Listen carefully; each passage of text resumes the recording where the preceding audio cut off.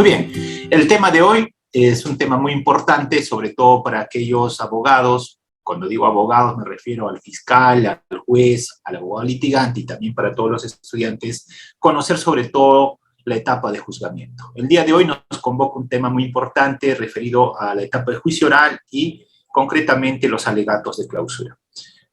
Para esta sesión, al igual que para las sesiones donde desarrollamos los ejes temáticos, también se ha elaborado un material que voy a distribuir al finalizar la sesión, así que no se preocupen en tomar notas. Lo que quiero sobre todo es que podamos interactuar y podamos dar algunas pautas para que puedan efectuar bien su labor en la etapa de juicio oral. Entonces, la dinámica de nuestra clase, como en toda clase, va a ser de dos partes. La primera parte es una clase teórica práctica sobre la etapa de juicio oral y alegatos de clausura, y la segunda parte será una ronda de preguntas o absolución de dudas que pudiese surgir del eje temático que vamos a desarrollar el día de hoy. Como bien dijo Rieder, no voy a absolver casos específicos. Si ustedes quieren hacer alguna pregunta, pongan un caso simulado, cambiando sobre todo datos, para de ese modo no vea un caso específico. Muy bien, con esa precisión damos inicio a la sesión. Voy a solicitar por favor también que tengan activado su cámara y de ese modo pues no me sienta solo esta noche. Muy bien, por favor me confirman si se observa. Sí, doctor. Muy bien, entonces el tema es juicio oral y alegatos de clausura. Lo primero que vamos a tener que recordar para el tema de juicio oral es lo siguiente. El Código Procesal Penal del 2004, que no es nuevo, muchos seguimos diciendo que es nuevo, tiene más de 15 años de vigencia en el país. Pero en Lima, para los amigos como por ejemplo Rieder, que ahora está en Lima, recién tiene 2 años de vigencia. Esto quiere decir que para los amigos que están litigando en Lima, este es reciente. Pero para los que litigamos en provincia, o hemos litigado en provincia, esto tiene ya más de 15 años de vigencia en el país. En este nuevo modelo procesal penal de tendencia adversarial, porque no es de un sistema acusatorio puro, lo que vamos a ver en concreto en este nuevo modelo procesal penal son etapas procesales donde los sujetos procesales cumplen roles específicos. En la primera etapa de investigación, en la primera parte, sobre todo, en este nuevo modelo procesal penal se realiza, a ver, ¿alguien me puede decir qué se realiza en la primera etapa del proceso penal? ¿Alguien? A ver, vamos interactuando. ¿Alguien me puede decir qué se realiza en la primera etapa del proceso penal? A ver, vamos con la doctora Fiorella. Buenas noches. Doctora Fiorella, activar su cámara, por favor. A ver, ¿qué realizamos en la primera etapa del proceso penal? Adelante, doctora, puede activar su cámara y le damos micrófono. A ver, siguiente. A ver, vamos con el siguiente. Doctora Dalila, adelante, por favor. Active su audio. No le escuchamos, doctora, su audio, por favor. Doctora. No, Doctora, su audio. Audio desde su monitor, por favor, en la mano izquierda inferior, donde sale para poner cámara, ahí al costadito es activar audio. Nuevamente le doy pase, ahí está. Si no, doy pase al doctor Héctor. Doctor Héctor. Gracias. A ver. Adelante. Adelante, doctor. ¿Qué realizamos en la primera etapa del proceso penal? ¿No le escuchamos? ¿O es que está fallando mi audífono? Creo que vamos a cambiar. A ver. Doctor Héctor, verifique su micrófono porque no se le escucha. Damos paso a la doctora Fiorella, el tercer intento. A ver, ¿qué está pasando aquí? A ver, buenas noches, doctora. No sé si me escucha, por favor. Sí, adelante. Sí, la escuchamos, perfecto. El micrófono, doctora, está apagado. Muy bien, ahora sí. Sí, en realidad cuando se desactiva el micrófono sale como que deberían ustedes darnos el permiso para poder utilizar el micrófono y ahí es la falla. Le escuchamos, doctora. Estamos escuchando. Bueno, en la primera etapa del proceso penal tenemos lo que es netamente la investigación. Esta investigación inicia con la investigación preliminar, ¿no? Y una vez que se culmina en la investigación preliminar, continuamos con la investigación preparatoria. Debe tenerse en cuenta que la investigación preparatoria en nuestro Código Procesal Penal engloba también lo que es la investigación preliminar.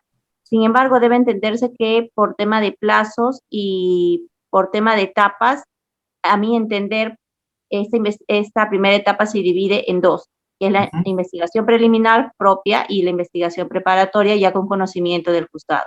Muy bien. Doctora, ¿qué buscamos en esta primera etapa? A ver, para que puedan todos conocer qué busca la Fiscalía en esta primera etapa. En esta primera etapa lo que la Fiscalía busca son elementos de convicción para determinar la responsabilidad o no del investigado. Ya, muy bien. Para determinar la responsabilidad o no del investigado. Queda esa frase, por favor, ¿ya? Muy bien. El siguiente, a ver, una opinión más. A ver. Estimados participantes, nuevamente activar su cámara para... ¿Qué buscamos en esta primera etapa? Porque esto tenemos que tener claro en el proceso penal. Doctora, para establecer responsabilidad penal, me dijo la doctora, ¿no? Buscamos elemento de convicción para establecer responsabilidad penal. Eso es lo que me dijo la doctora. Muy bien, a ver, un micrófono para el siguiente, la doctora Ángela. Doctora Ángela, active su cámara. Doctora Ángela, por favor, active su cámara para darle acceso al audio. Si no, damos pase. Bueno, ya se ha vuelto habitual nuestra estudiante, la doctora Grecia. Doctora Grecia, ¿cómo está? Buenas noches, qué gusto saludarle. ¿Está activo su audio? Sí, buenas noches a todos. Buenas noches, doctor. Bueno, la etapa de investigación preparatoria es aquella etapa donde se va a recabar elementos de convicción, ya sea documentales, testimoniales o periciales, para que con estas se pueda imputar a una persona, se pueda individualizar a la persona si es que fuera una el caso o fueran dos o más, y se va a determinar el delito que ha cometido, ¿no? También si tiene atenuantes o no, si tiene antecedentes penales, también se va a ver todo lo que tiene que ver la parte de la teoría del delito, si es imputable, inimputable, entre otras, ¿no? Ya, muy bien. Una opinión más, ¿correcto? Para dar ya mi opinión sobre este tema, para luego centrarnos en el eje temático que nos convoca. A ver, ¿qué busca la Fiscalía en esta etapa, denominada etapa de investigación?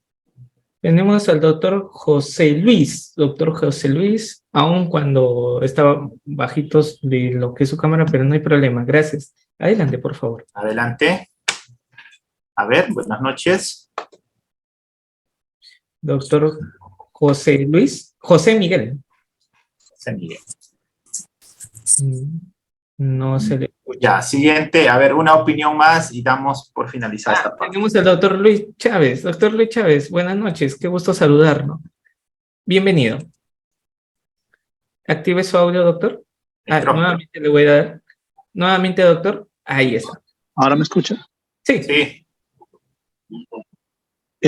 Sí, la investigación preparatoria tendría por finalidad, pues, determinar la naturaleza delictuosa del hecho investigado a través de los elementos de convicción que durante esa etapa se recaben, identificar al autor o autores, el móvil con el que se ha producido, entre otras circunstancias, ¿no? Eso sería básicamente la finalidad de la investigación. Ya. Muy bien. Correcto, gracias. Muy bien, hasta aquí damos la participación, luego vamos a seguir preguntando respecto al siguiente eje temático. Muy bien, la etapa de investigación, como algunos lo han señalado, es una etapa de búsqueda y obtención de elementos de convicción, ¿correcto? ¿Qué quiere decir esto? Que durante la etapa de diligencias preliminares y la preparatoria propiamente dicha, lo que se busca son datos, indicios, hallazgos que en conjunto van a ser elemento de convicción. Regla general. La excepción viene a ser, por ejemplo, el tema de la prueba anticipada o la prueba preconstituida que puede efectuarse en esta etapa de investigación. Entonces, esto debe quedar claro, que solamente durante la etapa de diligencia preliminar y la preparatoria se realizan actos de investigación. Y por otro lado, en la tercera etapa del proceso penal, se realizan los actos de prueba, ¿correcto? Entonces, espero que quede claro esta diferencia que estamos realizando. Actos de prueba, normalmente, regla general, se va a hacer en etapa de juicio oral. La excepción viene a ser, por ejemplo, la prueba anticipada, que se realiza en etapas, sobre todo, de investigación, aplicando reglas concretamente de juicio oral. Yo les pregunto, ya que estamos hablando de aspectos generales, en una entrevista de cámara Gesell, en un caso, pongamos, de violación sexual de menor de edad, donde un menor va a ir a una entrevista con un psicólogo, ¿qué técnicas debe aplicar el abogado defensor en esa audiencia de prueba anticipada? Pregunta, ¿está permitido, por ejemplo, que aplique la técnica del contraexamen en esa audiencia? Primero. Segundo, el abogado puede ir, por ejemplo, con un psicólogo de su confianza para que por medio del psicólogo pueda tener una asesoría en ese momento y pueda interrogar. ¿Está permitido ese tipo de actos, por ejemplo, en un tema de prueba anticipada, en ese ejemplo que estoy mencionando? A ver, ¿alguna opinión sobre el punto específico que mencioné? A ver, vamos a dar 3, ¿correcto? Para poder avanzar. Luego continuamos. 3 participaciones. Muy bien. Doctor César Vera, muy buenas noches. Bienvenido a Audiópolis. Gracias por activar su cámara. Adelante, por favor. Muy buenas noches con todos.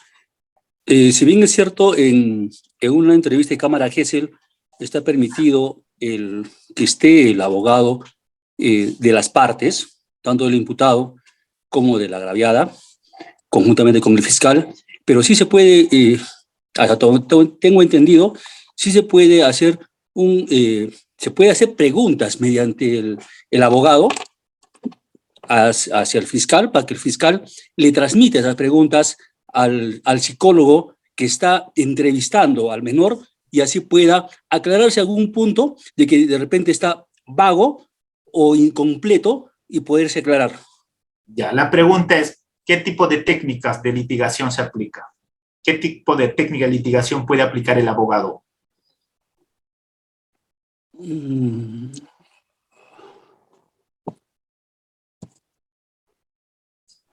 Recordemos que esa entrevista es única, ya eso es prueba preconstituida prácticamente, ya no va a actuarse en juicio oral, esa tiene ya un sentido probatorio, ¿correcto? A ver, siguiente. Gracias, doctor. Gracias, doctor César. Damos pase al doctor Luis Quinde. Habían 2 preguntas que mencioné, ¿no? Por favor, para recordar. Primero es las preguntas, ¿no? ¿Qué tipo de preguntas se puede hacer por parte del abogado defensor en un caso de entrevista única en cámara Gesell como prueba anticipada? Primera pregunta. Segundo, yo como abogado defensor para una entrevista en cámara Gesell, ¿puedo llevar un órgano técnico de asesoramiento?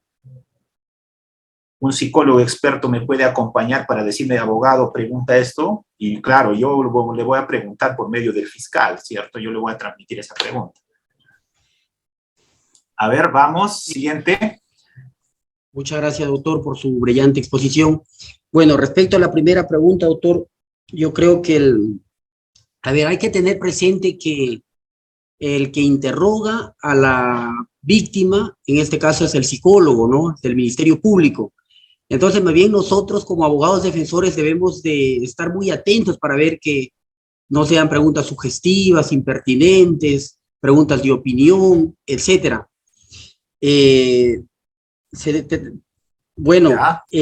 Hay que acordarse que esta prueba anticipada, como usted bien lo ha dicho... ¿Qué tipo de pregunta? ¿Perdón? ¿Qué tipo de pregunta haría usted como abogado? Bueno, puede ser preguntas cerradas, preguntas... que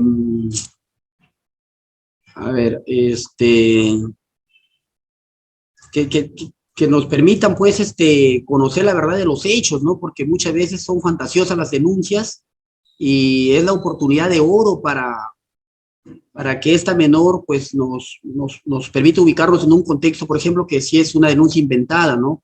Ahora, el detalle está, doctor, de que muchas veces no te permiten hacer la pregunta hacia la víctima, ¿no? Porque acordémonos que nosotros transmitimos Bueno, acá en mi provincia, por Fiscal. ejemplo, la prueba anticipada se lleva a cabo con presencia de juez. El juez es el que dirige, el juez de investigación preparatoria es el que dirige la entrevista, ¿no?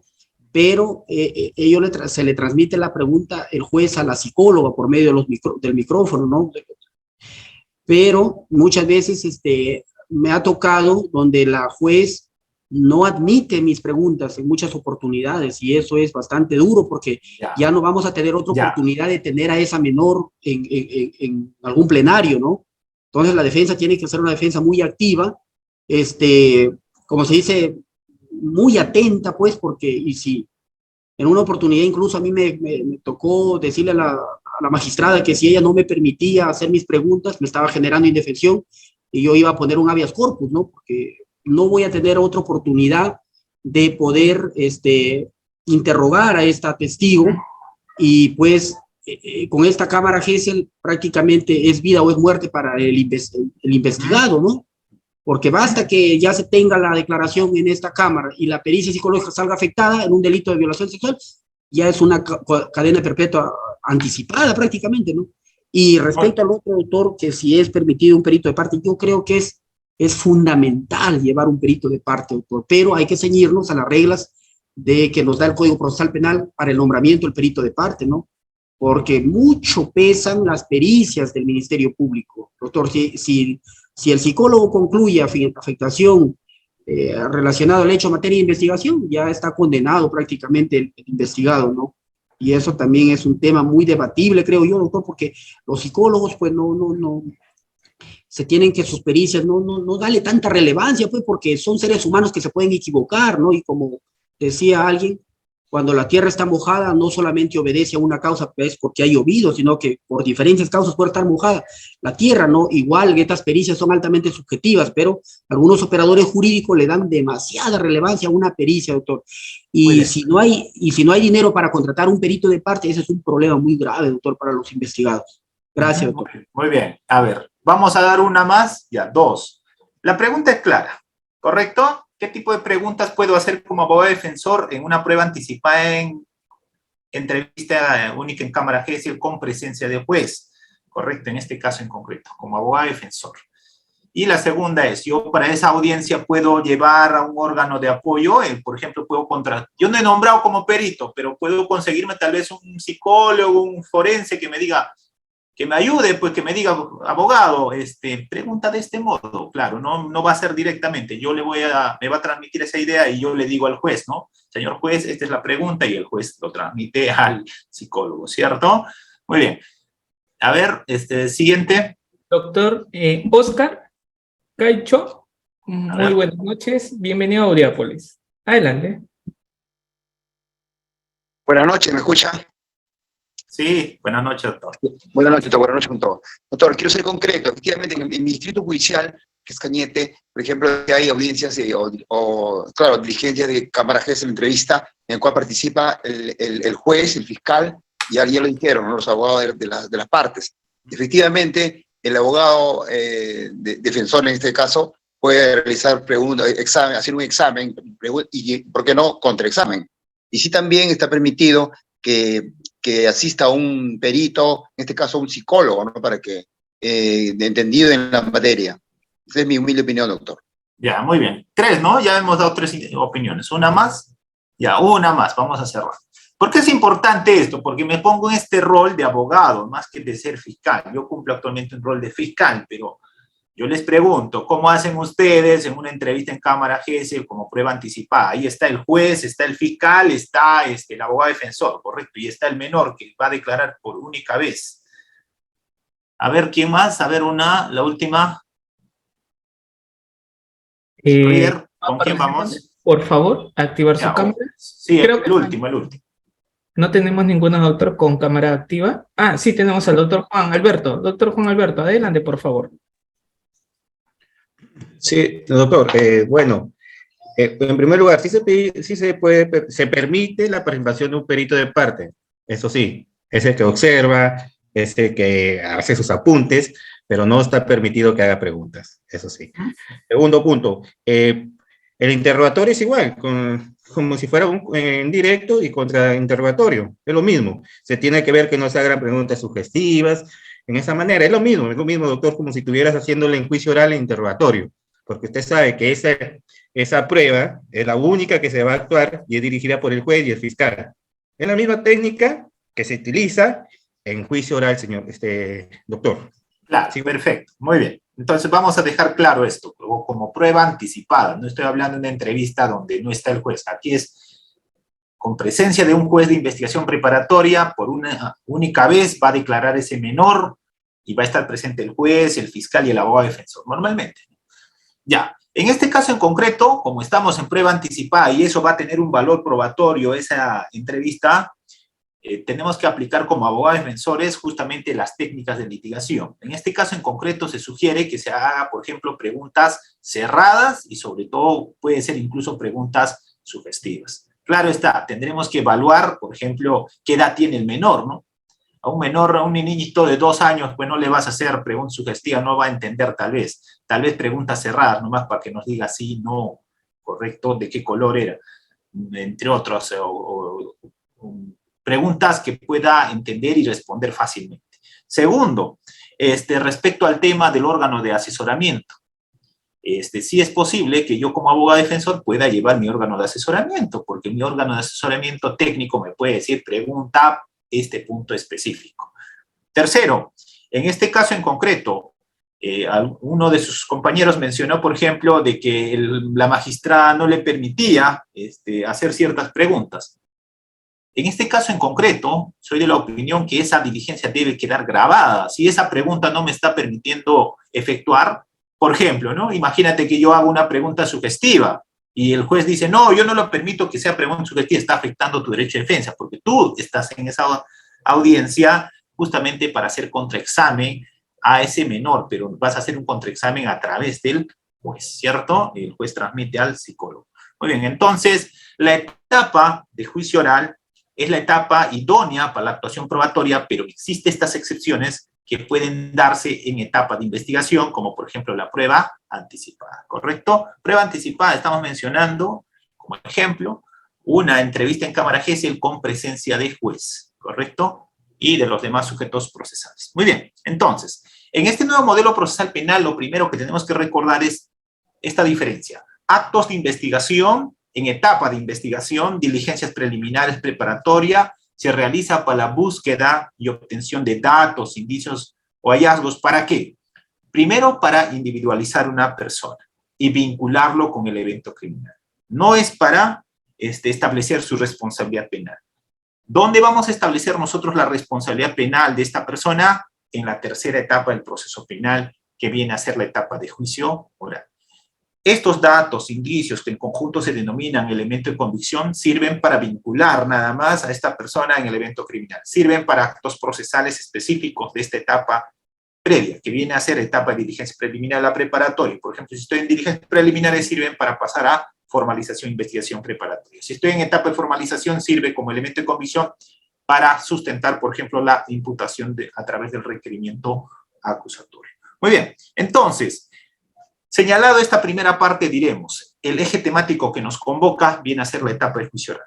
El inicio de la etapa de juicio oral se inicia con el auto de enjuiciamiento, ¿correcto? Segundo, una vez que se expide el auto de enjuiciamiento, se va a hacer el auto de citación a juicio. Muy bien, el auto de enjuiciamiento, como todos saben, contiene la admisión de los medios de prueba debatidos en la etapa intermedia, ¿correcto? Debatidos y admitidos en etapa intermedia. Ahora bien, estos medios de prueba que han sido debatidos y admitidos en etapa intermedia no es de los sujetos procesales, no es del fiscal, no es de la defensa, viene a ser del proceso. Muy bien, entonces con esa precisión también mencionamos lo siguiente. En este nuevo modelo procesal penal, llegar a la etapa de juicio oral es de cierto modo litigar estratégicamente. Yo les pregunto, si alguien observa un requerimiento acusatorio y ve diversos medios de prueba del Ministerio Público, la pregunta es, ¿con eso el caso ya está ganado o es necesario su actuación necesariamente en el debate de la etapa del juicio oral? A ver, dos opiniones al respecto. Si yo observo un requerimiento acusatorio con diversos medios de prueba, ¿el caso ya está ganado? ¿O necesita su actuación esos medios de prueba en el plenario del juicio oral? A ver, vamos. Doctor Víctor, buenas noches. Doctor Víctor, adelante, por favor. ¿Está activo su audio? Doctor Víctor, nuevamente le doy pase. Buenas noches. Ahí Buenas está. noches. Le habla el abogado Víctor Hugo Punlay. Cuando se trata de un proceso de juicio oral y existe un requerimiento de acusación fiscal, necesariamente se debe activar el procedimiento dentro del juicio oral. Ya no escapa en la etapa intermedia, que se podía hacer todo lo necesario. En este caso, en el juicio oral se tiene que de todas maneras agotar todo lo que sea necesario con relación a los medios probatorios. Eso es todo. Muy bien, gracias. Efectivamente, puede ser que una acusación tenga diversos medios de prueba admitidos, pero si estos medios de prueba no son actuados en etapa de juicio oral, no sirve. ¿Qué quiere decir esto? Yo como fiscal puedo ofrecer 4, por ejemplo, testigos cruciales, pero si estos testigos no concurren, por ejemplo, o tal vez se prescinde, primer supuesto, o segundo supuesto, concurren y dan una información distinta a lo que han manifestado en etapa de investigación, no está garantizado aún el resultado positivo para la fiscalía o el éxito para la fiscalía. El éxito se va a plasmar cuando se actúe en los medios de prueba, ingrese la información y se acredite la proposición principal, en este caso la circunstancia concomitante de la acusación. Ahora bien, esto es estrategia tanto para la defensa como para la fiscalía, ¿correcto? Entonces, a juicio nosotros no concurrimos sin conocimiento de causa. A juicio vamos a ir con conocimiento de causa. Y sobre todo, ¿conocimiento de qué? ¿Qué debe conocer tanto el fiscal como el abogado para ir a juicio? A ver, ¿alguien me puede decir? ¿Qué debe conocer tanto el fiscal como el abogado defensor para poder ir a juicio? Debe conocer bien los hechos, Si alguien, por favor, piensa que debe conocer la responsabilidad penal, la tipicidad o los elementos, creo que no comparto esa posición. A partir de la probanza de los hechos viene, como acto seguido, la probanza de la responsabilidad penal, la responsabilidad civil u otro tipo de responsabilidades. Entonces, primera recomendación, en este caso en concreto para ir a juicio oral, es conocer bien el hecho. Muy bien, aquí en la etapa de juicio oral todo es estrategia. ¿Qué quiere decir esto? Que esta información que nosotros vamos a actuar, aquí sí se actúa. ¿Por qué digo que se actúa? No estoy refiriéndome que voy a ser como una actriz, sino aquí lo que voy a hacer es, voy a presentar de la mejor forma al testigo, voy a obtener esa información del testigo, del perito, para acreditar la proposición fáctica. Voy a oralizar un documento que tenga pertinencia, sobre todo con el hecho materia de juzgamiento, ¿correcto? Entonces, y aquí viene la segunda o tercera pregunta que es de esta noche que lanzo. En este Código Procesal Penal del 2004, ¿se puede ganar los juicios orales con persuasión? A ver, pregunta. En este Código Procesal Penal del 2004, ¿se puede ganar los juicios orales con persuasión? A ver, ¿qué dicen? Víctor, nuevamente está activo su audio. Adelante. No lo escuchamos, doctor, disculpe. Doctor Víctor, su audio, por favor. En el modelo actual del Código Procesal Penal, los juicios no se pueden ganar solamente con persuasión. Se valoran los hechos, se valoran las pruebas y sobre todo se tiene que destruir la tesis fiscal.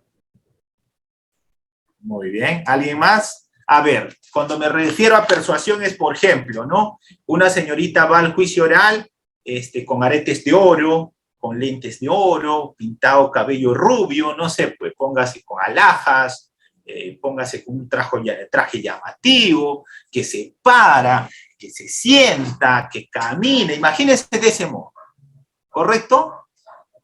¿Con la persuasión se puede ganar juicios orales en este Código Procesal Penal del 2004? A ver, esa es la pregunta. Adelante, doctor Luis.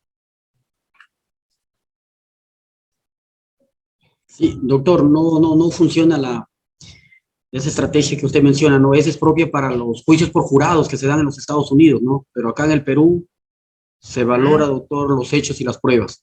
Muy bien, perfecto. Así que si alguien por ahí les estaba enseñando que con la persuasión usted tiene que pararse, hablar fuerte, mover las manos, sentarse, eso al juez no le va a convencer. ¿Por qué? Porque aquí tenemos jueces de derecho. Aquí el juez se convence en mérito a la prueba, no a la emoción, ¿correcto? La persuasión lleva como algo implícito el tema emocional. Ese tipo, desde mi punto de vista de la persuasión, está para como bien lo ha mencionado el compañero, para los jueces de jurado, que no conocen el derecho, pero lo que pueden apreciar ellos pueden valorarlo. Muy bien, entonces aquí esta lucha de versiones que vamos a tener en este Código Procesal Penal es con hechos, hecho y prueba. El que va a condenar a una persona en este Código Procesal Penal del 2004 va a ser la suficiencia probatoria. No, por ejemplo, por lo que Reader va bien vestidito al juicio oral, el juez le va a decir, tiene razón. ¿Correcto? No. Por ejemplo, a modo de anécdota, ¿no? Por ejemplo, en Colombia los jueces van con una toga y debajo de la toga están con un pantalón jean, con un short. No están con este traje que nosotros tenemos. Yo cuando fui a estudiar a Colombia me asombré un poco. Dije, ¿y por qué? Y cuando acabó la audiencia se saca el juez y parece como si estaría en la calle. O sea, pero en nuestro sistema, en este Código Procesal Penal del 2004, desde mi opinión personal, no se ganan los casos a nivel de juicio oral con persuasión. Aquí se gana con suficiencia probatoria. Primero para la fiscalía, suficiencia probatoria. Para la defensa tendrá que generar, sobre todo, duda o insuficiencia probatoria en la actuación que se dé a nivel de juicio oral. Muy bien. Entonces, aquí, ¿cuál es la clave? La estrategia. ¿La estrategia en qué sentido? La estrategia en la actuación de juicio oral. Fiscal, primero, tiene esta obligación. Testigos, peritos que deben introducir la información. Si el testigo no introduce la información, imagínate, como la última semana que yo tuve, y creo que lo voy a perder este caso. Hay un caso que estoy llevando de violación sexual, que no voy a decir su nombre. Una jovencita de 16 años concurre con una persona a un hostal y tiene relaciones sexuales. Y esta persona luego dice, bueno, perdió el conocimiento y luego denuncia violación sexual. Pero cuando yo le interrogo, no me da ese dato. Por ejemplo, no me dice, he quedado en estado de inconsciencia, no me da ese dato, por ejemplo, que me ha penetrado con su pene en la vagina. No me da esa información, simplemente me dice, ha abusado de mí. Y yo le pregunto, ¿cómo ha abusado de ti? Y no me da esa información. Si no me introduce ese dato, por ejemplo, de que me ha penetrado con su pene en mi vagina en contra de mi voluntad, ese delito estaría, si no dice de ese modo, no está probado. Por más que el testigo venga, por más que haya certificado médico legal, pericia psicológica, el hecho concreto es eso. Entonces, por ejemplo, en un caso real que tengo, pasó eso. La agraviada no introdujo la información pese a que le he hecho varias preguntas para que introduzca. ¿Qué más pasó? ¿Qué te hizo? Y daba otra versión. Muy bien. Pero eso es lo importante, todo es estrategia. Muy bien. Entonces, primero Fiscalía elige los testigos que deben dar esa información para acreditar el fáctico. Segundo, la defensa, en este caso en concreto, debe estar atento sobre todo para contraexaminar o para restar credibilidad a este testigo o a este perito, ¿correcto? De la información que viene. La etapa de juicio oral tiene prácticamente como 5 subetapas, ¿correcto? Inicia con el tema de los alegatos, luego viene el tema de la actuación probatoria y finalmente vienen los alegatos de cláusula, ¿no? Como bien ustedes saben. Muy bien, pero si nosotros quisiéramos definirlo este tema, sobre todo del juicio oral, diríamos pues que es la tercera etapa del proceso penal y viene a ser la etapa más importante donde se va a resolver este conflicto a través de la actuación probatoria. Muy bien, aquí la decisión final que dé un juez sobre el caso en concreto tendrá que ser de recibo por los sujetos procesales. Muy bien, aquí sobre todo, la etapa de juicio oral en nuestro país puede llevarse a cabo a través de dos tipos de jueces. A ver, ¿alguien me puede decir esos dos tipos de jueces que existen para la etapa de juzgamiento en nuestro país con este Código Procesal Penal del 2004?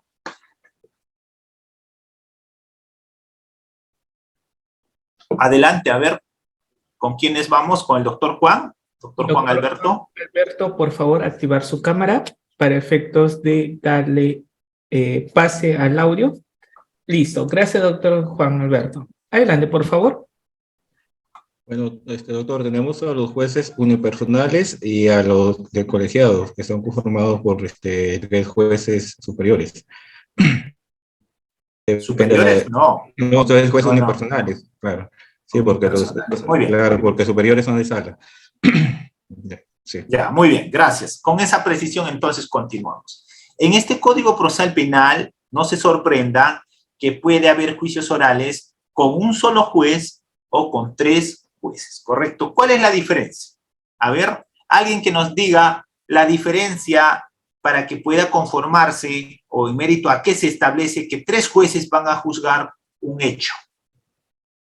A ver, ya no le vamos a dar el micrófono al doctor Juan Alberto, no vamos a darle pase a otros colegas que quieran participar. A ver, doctor Chávez, buenas noches. ¿Qué es lo que determina que vea un caso un juez unipersonal o vea un colegiado en nuestro Código Procesal Penal del 2004? Doctor Luis Chávez, adelante, por favor.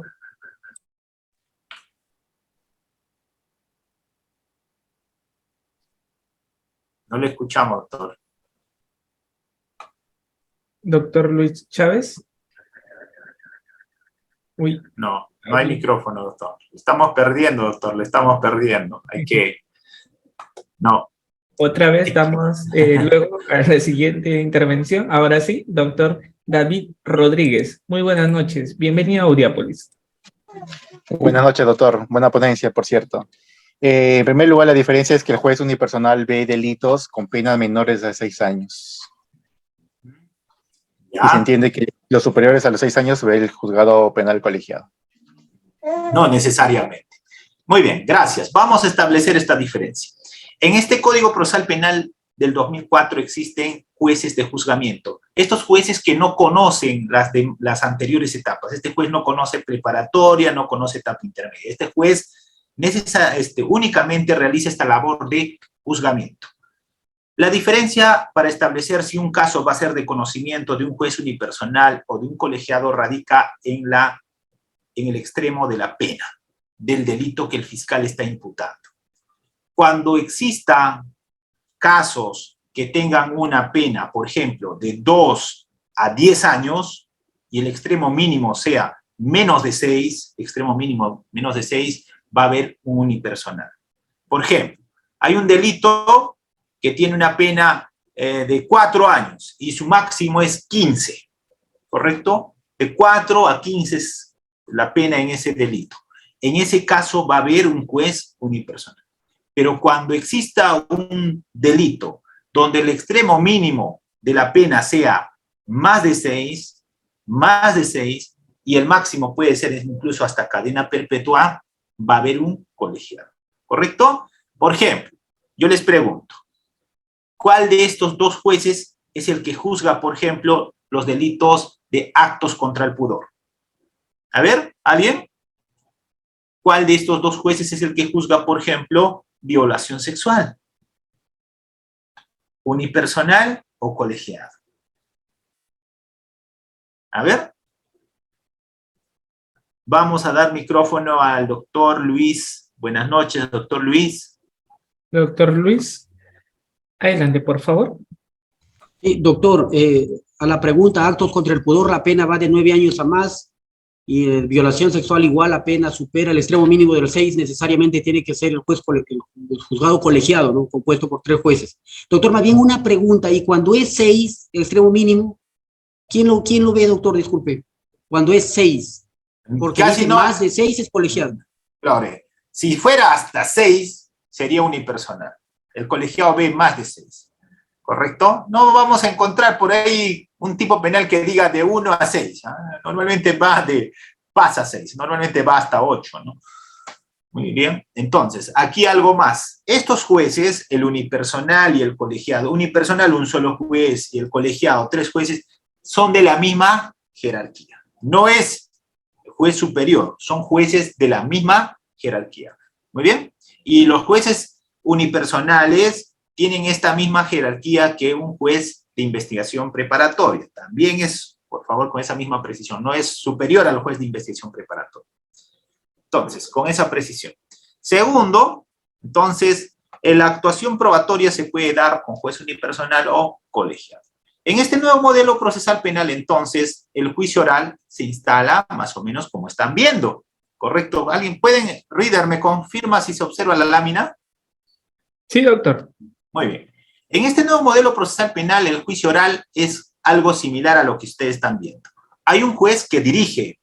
En este caso puede ser un juez unipersonal. Si es colegiado, va a haber un presidente de ese colegiado que va a dirigir. Pero no siempre el presidente va a ser el que va a ser el ponente, el que va a encargarse de hacer el proyecto de la resolución, en este caso de la sentencia, en este caso en concreto que se va a ventilar.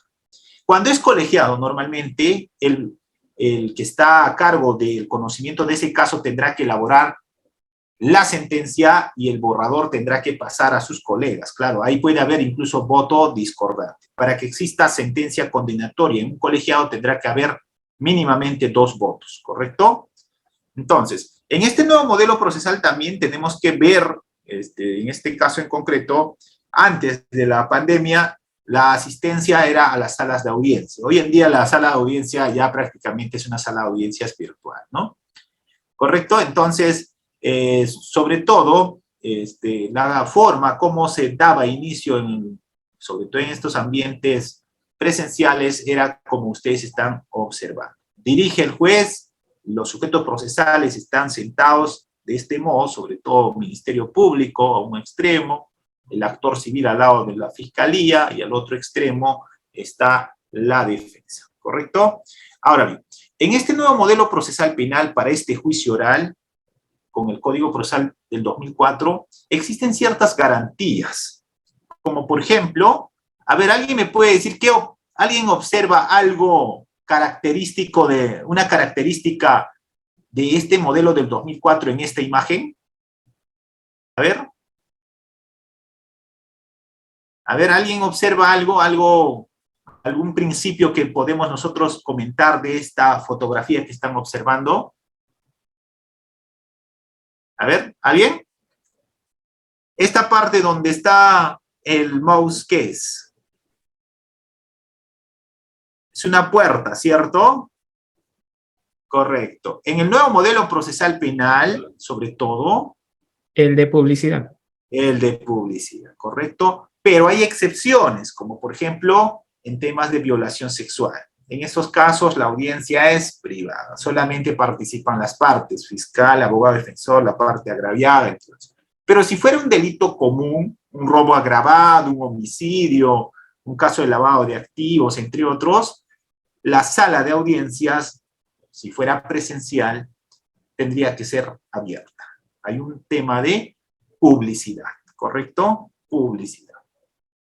A veces extrañamos esto, ¿correcto? Era más emocionante concurrir a una sala de audiencias física en juicio oral, ¿no? Ahí se ve, pues, si dominas o no técnicas de litigación oral, si puedes actuar o no medio de prueba correctamente, entre otros, ¿no? Ahora con la virtualidad un poco que ese calor humano se ha perdido. Muy bien, entonces hay ciertos principios que debe respetarse para que tenga valor esta actuación a nivel de juicio oral. Estos principios, como habíamos mencionado en esa imagen, el de oralidad sobre todo, y el de publicidad. Oralidad en el sentido de ¿qué? De que todos los medios de prueba, en este caso, todo el debate sobre todo de nivel de juicio oral, desde los alegatos de apertura hasta los alegatos de clausura, va a tener que efectuarse de forma oral. Esto quiere decir que yo como abogado no puedo presentar documentos para que el juez lo valore. Yo puedo presentarlo como pedido, pero debo oralizarlo. ¿Correcto? Quiero ofrecer medios de prueba, puedo ofrecerlo por escrito, pero debo darle el sentido a través de la oralidad. Muy bien. Todo lo que yo voy a oralizar debe tener como sustento en algún medio de prueba o documento que evidencie lo que yo estoy argumentando. En este nuevo modelo procesal penal tampoco se puede decir que de forma oral, sin que exista sustento, voy a tener razón. Al tema de la publicidad, como habíamos mencionado, también hay excepcionalidades, ¿no? En esta excepcionalidad, sobre todo, está referido cuando la sala de audiencias se va a cerrar, sobre todo cuando esté referido a delitos sexuales, sobre todo hay menores de edad, ¿no? En este caso en concreto. Muy bien. Otro principio importantísimo en la etapa de juicio oral viene a ser el de la inmediación. ¿Qué quiere decir esto? Que el juez tenga contacto con los órganos de prueba, en este caso en concreto con el testigo o perito que está introduciendo la información. En este caso, esa información que introduce va a ser prueba. Muy bien. Ahora bien, esta inmediación hoy en día tenemos a través de la virtualidad. Pero aquí hay algo que hay que reconocer que está fallando desde mi punto de vista. ¿En qué está fallando? Muchos de nosotros, yo me incluyo como fiscal, y seguramente ustedes también, estamos permitiendo que, por ejemplo, cuando estamos ante colegiados, solamente el director de debate o el que está a cargo de elaborar el proyecto de la sentencia está con la cámara abierta. Es decir, y los demás están igual que muchos de esta clase con cámara cerrada. Y desconocemos qué acción está realizando esa persona, desconocemos si no están tomando atención, si están escuchando, de qué modo se está cuestionando el medio de prueba o está introduciendo medio de prueba. Y yo les pregunto a ustedes, ¿cómo ustedes aprecian en esta virtualidad el tema de inmediación? ¿Ocurre también en el lugar donde usted litiga lo que estoy manifestando, sobre todo con el colegiado, que solamente uno de los miembros lo tiene la cámara prendida y los demás lo tienen la cámara apagada? A ver, quisiera escuchar alguna opinión. ¿Para ustedes hay inmediación con la virtualidad? A ver, ¿algún voluntario, algún participante que quiera opinar? ¿Con la virtualidad hay inmediación?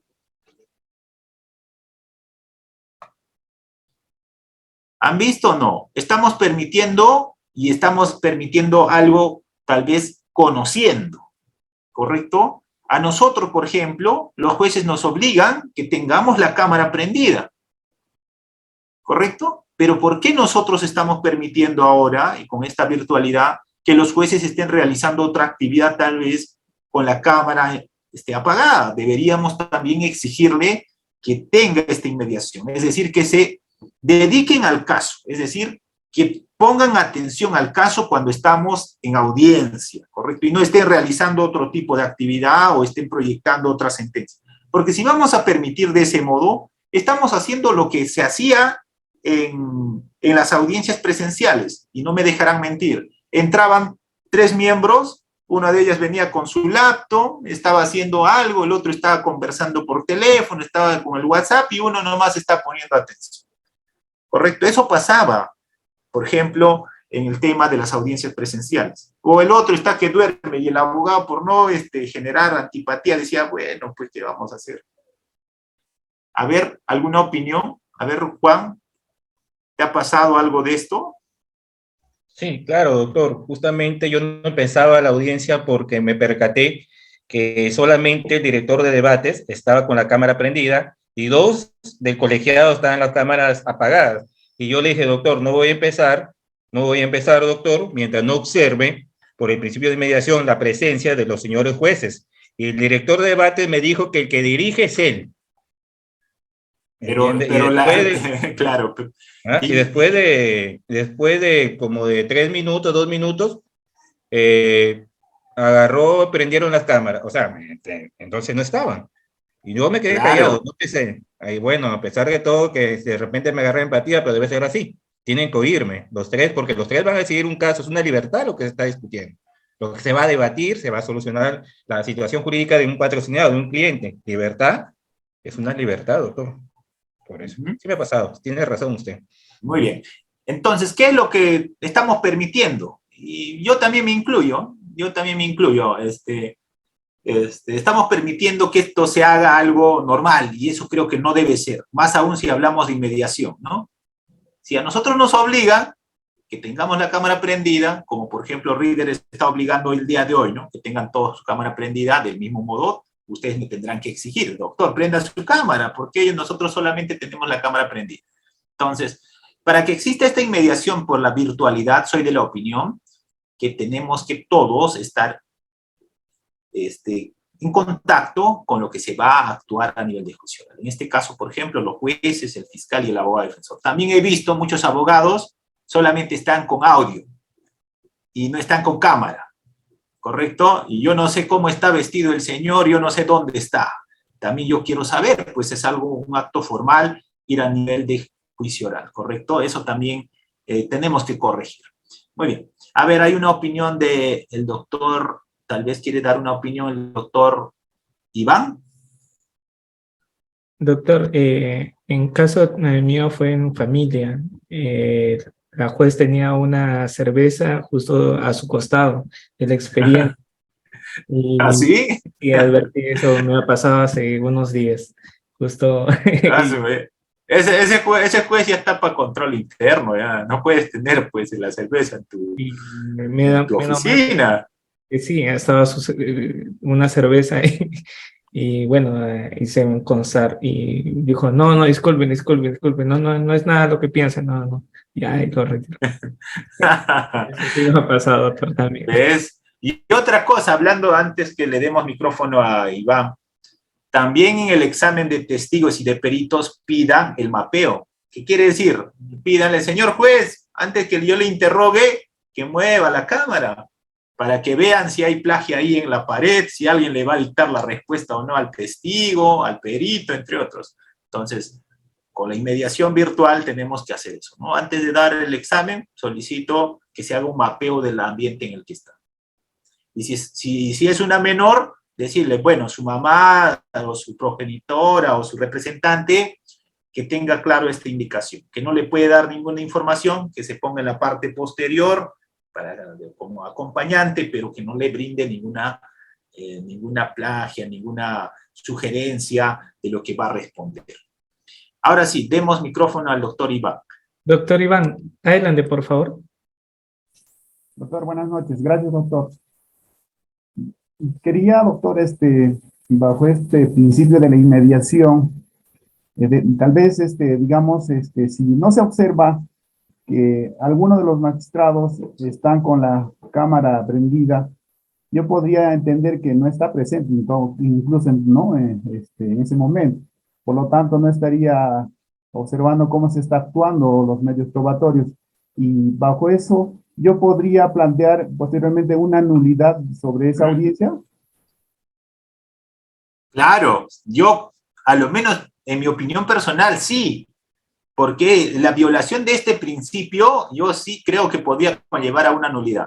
Imagínate que yo le pido, pues señor juez, muestren su cámara, y el juez tiene la cámara apagada. Simplemente está haciendo acto de presencia, pero no hay esta inmediación directa que tiene que existir en la actuación probatoria de la información.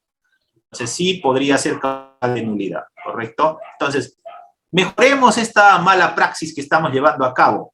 Incluyo dentro de ello, exijamos también a los jueces que tengan la cámara prendida y también con los testigos y peritos hagan esto, soliciten el mapeo, que dé la vuelta a la cámara en un ambiente donde se encuentra para que no exista ninguna duda de que va a haber alguien que le está dictando o hay algún apunte. Seguramente han visto, ¿no? Esa clase, un juicio oral, por ejemplo, de Juan Ortiz, ¿no? Que salió en Legis. El fiscal estaba dando la plagia al testigo, ¿vieron o no? Creo que salió en LP, ¿no? Y luego el juez detectó, pues cuando Juan Ortiz se quejó, detectó que sí le estaba brindando las respuestas al testigo. Para que no ocurra eso. Muy bien. A ver, vamos con Robert. Ese caso fue, doctor, antes de pandemia, ¿correcto? Ajá. No, ahora, hace 2, 3 meses. Sí, fue en Ica, si no me recuerdo, en Ica fue.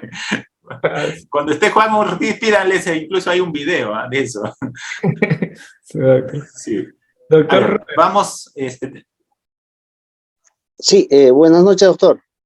buenas noches. Sí, a ver, sí, efectivamente, ¿no? Ese principio que es fundamental, el de inmediación, me parece que no se da en estas audiencias de juicio oral a nivel virtual. Hay un video, bueno, hay una audiencia de un caso de un expresidente en donde le tocaba hacer el contrainterrogatorio a uno de los testigos, y este testigo era de suma importancia porque habría entregado una suma de dinero. ¿Y dónde se encontraba este testigo? Se encontraba en su chacra, ¿no? ¿Ya? En su chacra, y decía, discúlpeme, señores magistrados, porque hay cierta interrupción y si no me escuchan bien, me pasan la voz. Y cuando le hace la pregunta fiscal si había entregado el dinero a fulano tal, se escucha como un viento así, se entrecorta, ¿no? ¿Ya? Entonces le vuelve a llamar, testigo, ¿me escucha? Testigo, ¿me escucha? Y después de 40 segundos, ahí entra el audio y ahí dice, ¿no? Sí, efectivamente, no, yo no entregué el dinero, dándole ya un fundamento a la respuesta que le dio el fiscal. Entonces, creo que el hecho de llevar las audiencias de juicio oral a nivel de las videoconferencias o a través de los links, no se estaría cumpliendo pues, ese principio de mediación que debe ser, que señala el Código Procesal Penal, ¿no? Entonces, me uno también a lo referido de mi compañero que me ha antecedido, que creo que los juicios de delitos de gran envergadura deberían ser de manera presencial. Gracias. Yo comparto tu posición, pero para una etapa específica en juicio oral. Para la actuación probatoria de testigos y peritos sí debería ser presencial. Y esto a solicitud de cualquiera de los sujetos procesales. Si yo soy abogado defensor y veo pues que es trascendental el interrogatorio del testigo, del perito, sí debería pedir que esa audiencia sea presencial. Lo demás, alegato de apertura, información documental que vamos a introducir, incluso alegato de clausura podría ser virtual. Muy bien, demos micrófono a la doctora Mónica. Doctora Mónica, buenas noches, para poder seguir avanzando con este tema. Doctora Mónica, adelante. Sí, muchas gracias, doctor. Verdad que un gusto escucharlo, porque amplía mucho nuestros conocimientos, doctor. Y, doctor, al parecer nos vamos a quedar con la virtualidad, ¿no? Con esta quinta ola, bueno, salvo mejor parecer. Pero en una audiencia de juzgamiento donde el juez ingresa, sale, el fiscal no advierte y sigue ahí oralizando su acusación, y yo no sé dónde estaba el especialista de audiencias. Entonces, se continúa y yo sí advierto ello y la audiencia, vuelve a su inicio, ¿no? Pero si esto no fuera advertido, porque puede pasar también que hasta el abogado se distraiga, ¿esto es nulidad o qué figura sería, doctor? Muchas gracias. Sí, sería nulo, doctora. En vista de que todo ahora, sobre todo el tema de la virtualidad, tiene que estar grabado, ¿correcto? Si está saliendo, si por ejemplo estamos en audiencia y juicio oral y uno de los miembros del colegiado se retira de la sala y se continúa con el juicio, por ejemplo, eso es nulo, ¿correcto? No hay esta inmediación que estábamos mencionando. Ahí lo que tenemos que estar es atento a la grabación y quién está entrando y saliendo de la sala.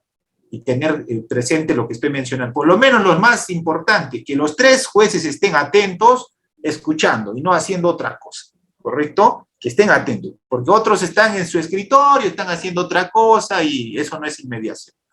Claro, esa tarea depende de nosotros, el control es tanto de la defensa como del fiscal.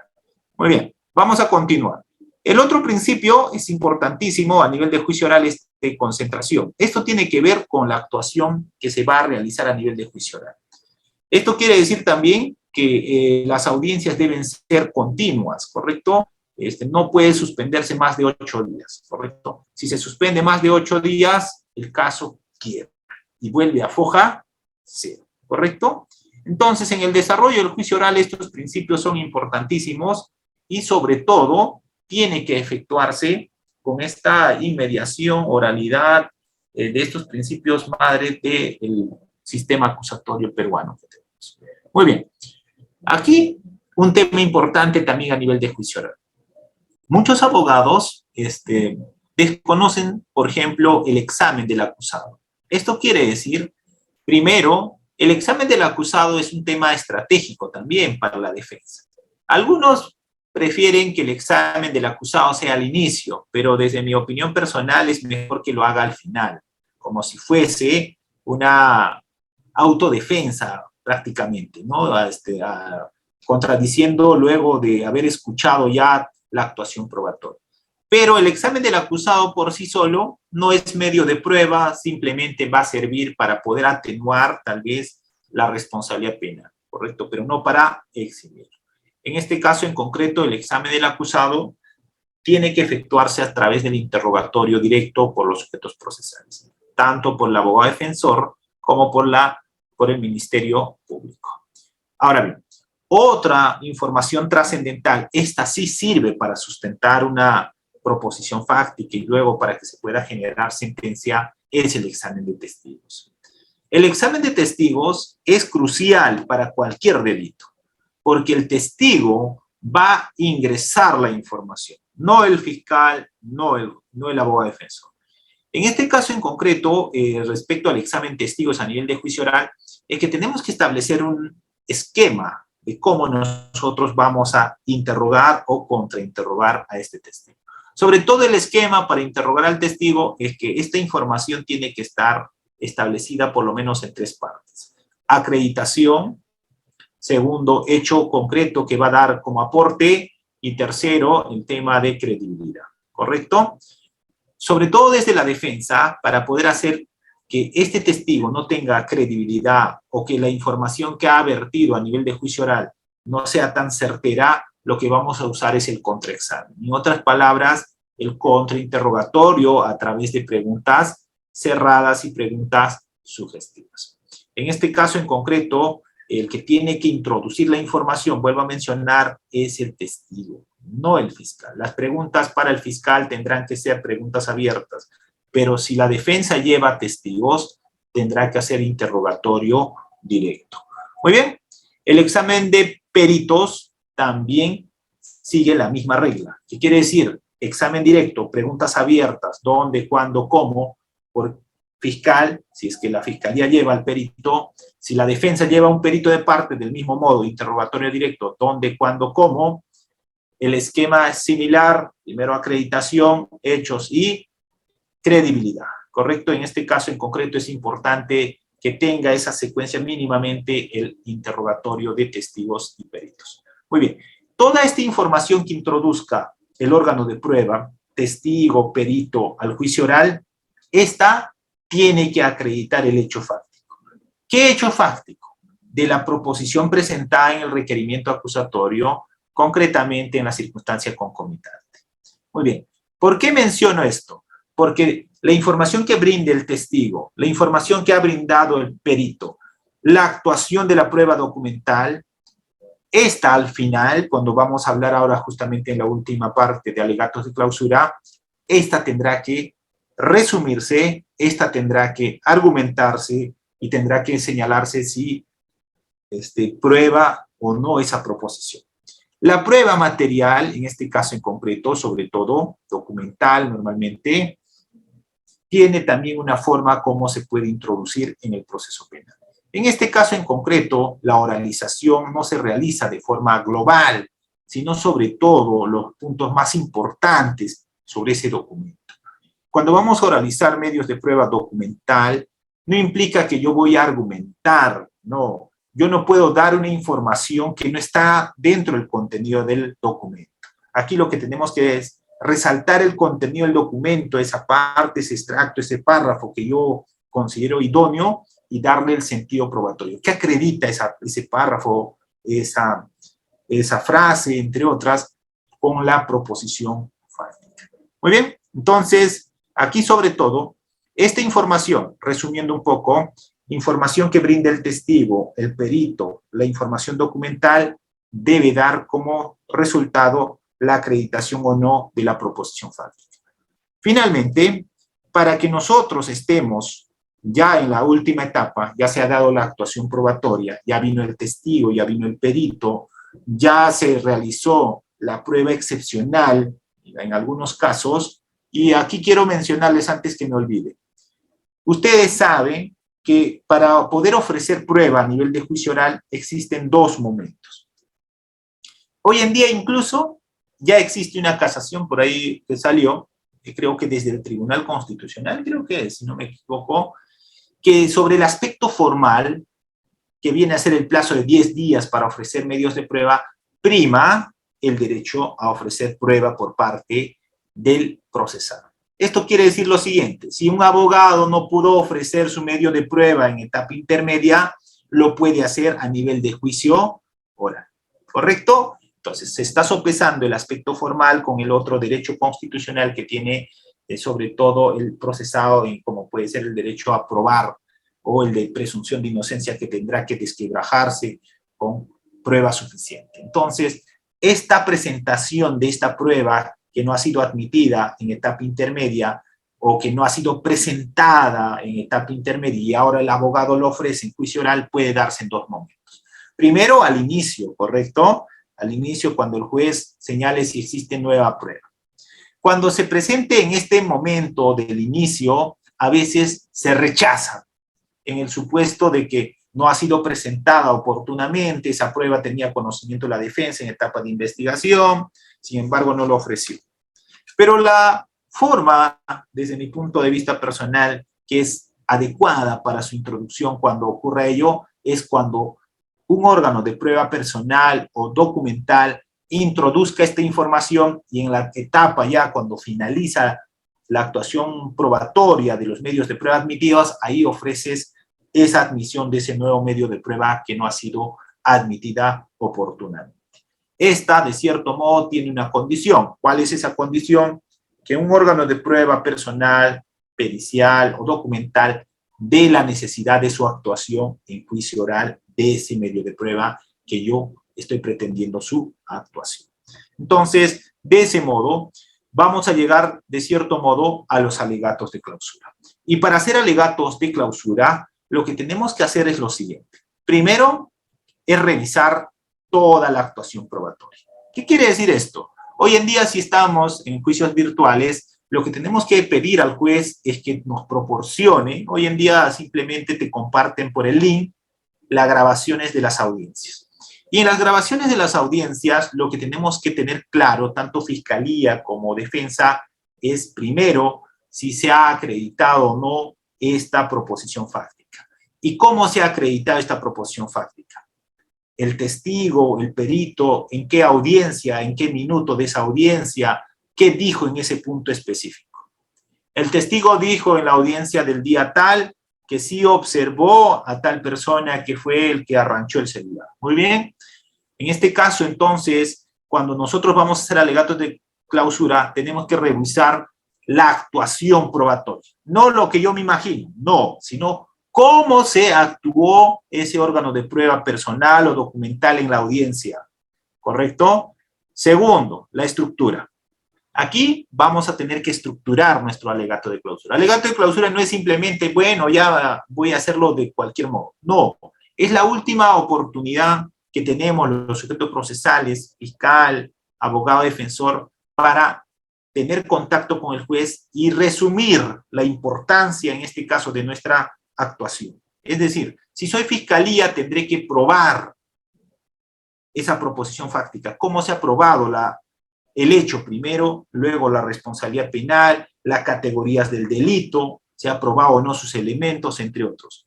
Entonces vamos a tener componentes del alegato de clausura.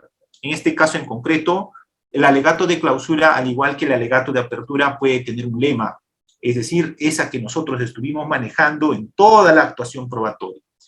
El cuerpo, en este caso en concreto, referido si se ha cumplido o no esa promesa que nosotros hemos hecho. Y la organización por temas. Si estamos, por ejemplo, en un delito de cohecho, será necesario y crucial, por ejemplo, para la defensa o para la fiscalía, ubicar el audio del momento específico de la audiencia donde el testigo dijo A, B, C, o lo que el testigo no dijo A, B, C. Y tendremos que culminar, en este caso en concreto, con la petición. En este caso en concreto es mencionar si se cumplió o no esa promesa y cómo se ha comprobado. Aquí lo que el juez espera ya con los alegatos de clausura es que nosotros, ya sea fiscal o abogado, le diga cómo se ha aprobado esa proposición. Si es defensa, dirá cómo no se ha aprobado. Es decir, ¿qué es lo que faltó aquí? Insuficiencia probatoria o duda en el caso en concreto. Entonces, los temas para la Fiscalía es reconocer primero, hablar del tema de presunción de inocencia, la carga de la prueba estaba en la Fiscalía, y recordemos que con la actuación probatoria podemos, suficiente que se ha realizado, podemos destruir este principio constitucional de inocencia. Hay que, en este caso en concreto, actuar sobre todo la prueba suficiente que acredita el hecho fáctico. Muy bien. Entonces, un bosquejo, sobre todo para Fiscalía, podría ser, pues, poniendo un tema, es decir, etiquetando el caso, luego poniendo, por ejemplo, los medios de prueba actuados, como pueden ser testigos, peritos, pero haciendo mención a la información que ha introducido el juicio oral. No vas a decir, aquí ha venido Juana Pérez, tal, tal, tal. No, vino Juana Pérez y en la audiencia tal mencionó tal punto. En la grabación de tal audiencia, al punto tal, dijo esto. Vino el perito, explicó esto, sus conclusiones no pudieron ser desacreditadas por la defensa, mencionó tal, tal, tal cosa. Muy bien. Entonces, aquí la Fiscalía también tiene que hablar, cuando haga alegatos de clausura, de la tipificación del delito.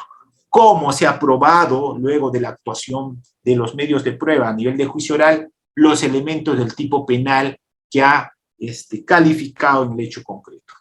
Vuelvo a mencionar, el que se prueba como hecho principal es el hecho fáctico, ¿correcto? Aquí tendrá que culminar el fiscal siempre pidiendo una pena, reparación civil también si corresponde, pero si hay actor civil ya no. Si existe inhabilitación, también pedir la inhabilitación. Ahora bien, respecto a la defensa, en este caso en concreto, bueno, estos alegatos no deben durar más de 15, 20 minutos, pero respecto a la defensa tendríamos que tener un esquema también. En este caso en concreto, para la defensa podemos usar, por ejemplo, ayudas audiovisuales, podemos decir, esta es la imagen, por ejemplo, esta es la declaración del testigo y en el punto tal dijo esto, por ejemplo, ¿no? Podemos utilizar también bosquejos, podemos poner extractos de audios, de videos de esas audiencias, no crear, sino resumirlo de qué modo, en este caso en concreto, no existe suficiencia probatoria para desquebrajar este principio de presunción de inocencia. Respecto a la defensa, no mencionar, por ejemplo, mi cliente, sino decir el nombre de la persona. Hay que humanizar al cliente, no decir el señor Juan, sino mi cliente, el acusado, no. En este caso en concreto, la idea es humanizarlo. Aquí, sobre todo, como abogado defensor, lo que se tiene que buscar es encontrar de la actuación probatoria las debilidades en el caso en concreto. El testigo vino aquí, pero no dijo tal cosa. En cuanto a los elementos del tipo penal, no se acreditó este elemento en concreto, por ejemplo. Respecto al tema del debate pericial, también pueden decir, aquí vino un médico, pero dijo que no era perito y no pudo solventar, por ejemplo, sus conclusiones arribadas. Dijo, por ejemplo, que ese informe pericial, que, por ejemplo, un certificado médico legal dijo que no era una pericia, sino simplemente era una opinión, entre otros. Entonces, para un buen alegato de clausura, podemos hacerlo en un tiempo breve, no más de 15 minutos. Segundo, no hay que leer en este tema en concreto, hay que tener ciertos ejes temáticos para resumir el caso. No aludirnos al oponente, no vamos a decir el nombre del fiscal, el fiscal Henry Coronado o el abogado Juan Alberto, no, ya eso es hacer algo personal. Y recuerden que eso trae malas consecuencias. ¿Por qué? Porque la próxima audiencia que vas a tener con ese fiscal, ¿crees que te va a tratar bien en su despacho? Primero. Segundo, cuando te toque, por ejemplo, solicitar una terminación anticipada, un principio de oportunidad, ¿crees que te lo va a dar? no te va a dar. Entonces, aquí, sobre todo, no hay que aludir al oponente, sino diremos el representante del Ministerio Público, la defensa técnica, pero sin decir el nombre, por favor, ¿correcto? En este caso en concreto, nuestros argumentos deben ser creíbles. Aquí lo que tenemos que resaltar es la prueba, ¿correcto? La prueba. ¿Se dio o no la prueba? ¿Introdujo o no el órgano de prueba esa información trascendental en este caso en concreto? Entonces, finalmente, para el alegato de clausura tenemos que prepararnos. No podemos ir a alegatos de clausura a improvisar. Alegato de clausura vamos con un eje temático, vamos con un esquema. Sobre todo si somos fiscalía, ubicar cuál es el medio de prueba ahora convertido en prueba que acredita cada punto específico de nuestra teoría del caso. Muy bien, entonces con esas precisiones voy a dar por finalizada esta sesión y si hubiese alguna pregunta sobre el tema que nos convoca, lo vamos a absolver. A ver. Doctor, por favor, estimados participantes, los que quieran intervenir, solamente se va a dar pase a los que tuvieran cámara, pero eso sí, por favor, una pregunta por estudiante concreta, no casos particulares, sino lamentablemente en el acto estaría cortando el audio, ¿sí? Con ello, ya teniendo conocimiento, doy pase a la otra Grecia, por favor, lo más concreto posible, y una pregunta. Gracias. Doctor Henry, yo quería saber si es que en la etapa de investigación preparatoria se puede solicitar la declaración de un perito a virtud del artículo 174, inciso 2 del Código Procesal Penal. Además, claro, también... Claro que sí. Muy bien, gracias. La pregunta es, no lo escucho bien, pero ya lo entendí la pregunta. La pregunta es, ¿yo puedo solicitar al fiscal que un perito concurra en etapa de investigación para que declare? La pregunta es sí, no existe ninguna limitación que un perito concurra a nivel fiscal a ser interrogado, teniendo en cuenta que ese interrogatorio no es prueba, ¿correcto? Estamos haciendo actos de investigación. ¿Para qué me va a servir esto? Sobre todo como defensa para luego tener un previo, un dato a nivel de juicio oral, por ejemplo, para evidenciar contradicciones, entre otras a nivel del examen y contraexamen de un perito. Un ejemplo, si es un certificado médico legal expedido por un médico general, yo puedo decir, a ver, que concurre a nivel fiscal para que me explique si esta persona es idónea o no. ¿Correcto? Yo le puedo hacer preguntas, a ver, en el sello que en el documento que se le muestra quién es la persona que ha firmado. Yo, Juan Pérez. Señor Juan Pérez, ¿qué especialidad tiene usted? Médico. ¿Cuál es su especialidad? No tengo, entonces vas dejando constancia para evidenciar, sobre todo, contradicciones a nivel de juicio oral. ¿Algo más? Vamos con el siguiente. Excelente, doctor. Doctor Iván, adelante, por favor. Gracias, doctor. En un caso, doctor, el caso de la declaración de la víctima, por ejemplo, en un caso de delito de usurpación agravada, la víctima presentó toda la documentación, mostró con pruebas y videos que había usurpación, pero posteriormente la fiscalía le citó, digamos, a su declaración, pero no pudo asistir o está lejos. ¿Podría ser suficiente eso o necesariamente la víctima tiene que ir a declarar o solicitar en este caso de repente una declaración a través de una... No, muy bien, gracias. La pregunta es, ¿la declaración de la agraviada o víctima es trascendental para la fiscalía? Claro. La víctima o la persona agraviada me va a dar la circunstancia de tiempo, modo y lugar del evento criminal. Para mí, cuando no viene la víctima, quiere decir que no hay persistencia e incriminación. Yo, por más que exista la constancia de posesión, pagos efectuados a las municipalidades, fotos, para mí no sería suficiente para imputar delito de usurpación. Yo necesito que ese señor o esa señora que es posesionaria de ese bien mueble o inmueble me diga en qué circunstancias se dio esta usurpación. ¿Es la testigo presencial? ¿Es una testigo de oídas? ¿Quién es esta persona? Entonces, sí es trascendental, doctor, que rinda testimonio en etapa de investigación, sobre todo para que el fiscal tenga claro el tema fáctico. Solamente, doctor, para su declaración necesariamente tiene que estar presente o podría hacerlo? No, puede hacerlo virtual. Mira, ¿cuál es la solución? Yo como... No, ¿cuál es la solución? Cuando yo tengo testigos que viven lejos, lo hago en forma virtual, pero le comprometo lo siguiente. Señora, le vamos a ver dónde vive. Ya vivo, pongamos, yo estoy ahora en la Merced, ¿correcto? Y me dice, yo vivo, doctor, en Ucayali. Muy bien, señora. Vamos a tomarle una declaración virtual. Pero usted va a hacer llegar a la fiscalía, señora, su declaración con firma completa, como si fuera el original, dentro de los 15 días, ¿correcto?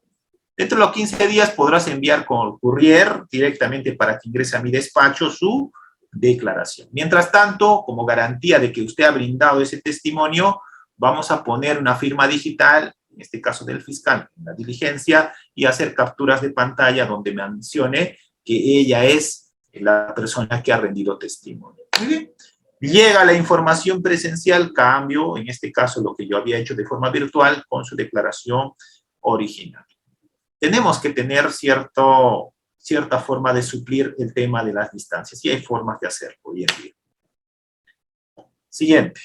Excelente, doctor. Uy, tenemos al doctor Henry Muñoz. Doctor Henry, adelante. Henry, mi tocayo. Así es, acá. Buenas noches, doctor. Doctor, quería hacer una consulta. No, él es Henry. Él es Henry con Henry. Doctor, mi consulta era la siguiente. Si uno en el control de acusación solicita la inadmisibilidad de un medio probatorio y el juez no lo resuelve en ese acto y dice lo va a resolver en el auto de enjuiciamiento, después con el auto de enjuiciamiento, ¿hay forma nosotros de interponer algún recurso? No te escucho. A ver, ahora. Sí, mejor, ya. Algo te estaba escuchando, ya. A ver, vamos, de nuevo. Si uno plantea la inadmisibilidad de un medio probatorio y el juez de control de acusación te resuelve de que lo va a resolver en el auto de enjuiciamiento, ¿hay forma luego de plantear algún recurso si es que nos declaran de repente... Algo se va su señal, doctor. Pero ya... A ver.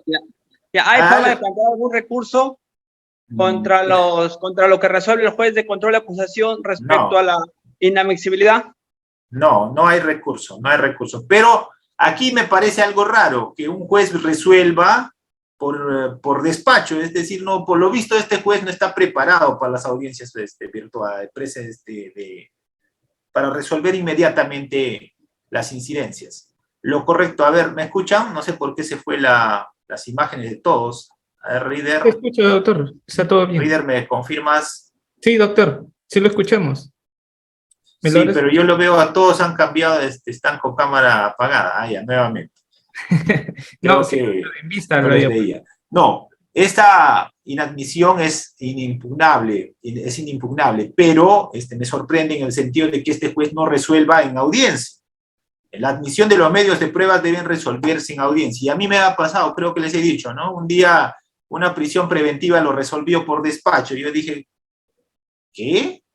O sea, hemos debatido todos los presupuestos y dijo, no, lo voy a resolver por despacho, que no tienes esa capacidad de dar fundamento de forma oral diciendo tiene razón o no el fiscal en esta medida cautelar de carácter personal, y lo resolvió por despacho. Yo apelé, la sala lo declaró nula, esa resolución que resolvió por despacho. En este caso en concreto, lo que podrías hacer, estimado amigo, lo que más o menos te he escuchado es, tú te opusiste a la admisión de un medio de prueba, el juez resolvió por despacho y directo mandó auto de enjuiciamiento. Yo creo que incluso eso puede ser una causal de nulidad por haberse vulnerado el debido proceso. No te dio esa oportunidad, por ejemplo, a que tú puedas tener esa posibilidad del reexamen, por ejemplo, a nivel de juicio oral. Muy bien. Siguiente. Excelente, doctor. Doctor Víctor, adelante, por favor. Sí, doctor. Quería realizarle dos preguntas. La primera es la importancia del actor civil. Doctor Víctor, disculpe una pregunta, por favor, para que puedan intervenir los demás participantes. Sí, es sobre la importancia del actor civil en un proceso oral. Bien. Muchas veces se ha manifestado de que no hay la debida importancia. Yo quisiera que me lo explique por qué. No, al contrario, el actor civil es importante, cumple un rol protagónico. El tema es, para ser actor civil tiene que constituirse en actor civil en la etapa preparatoria.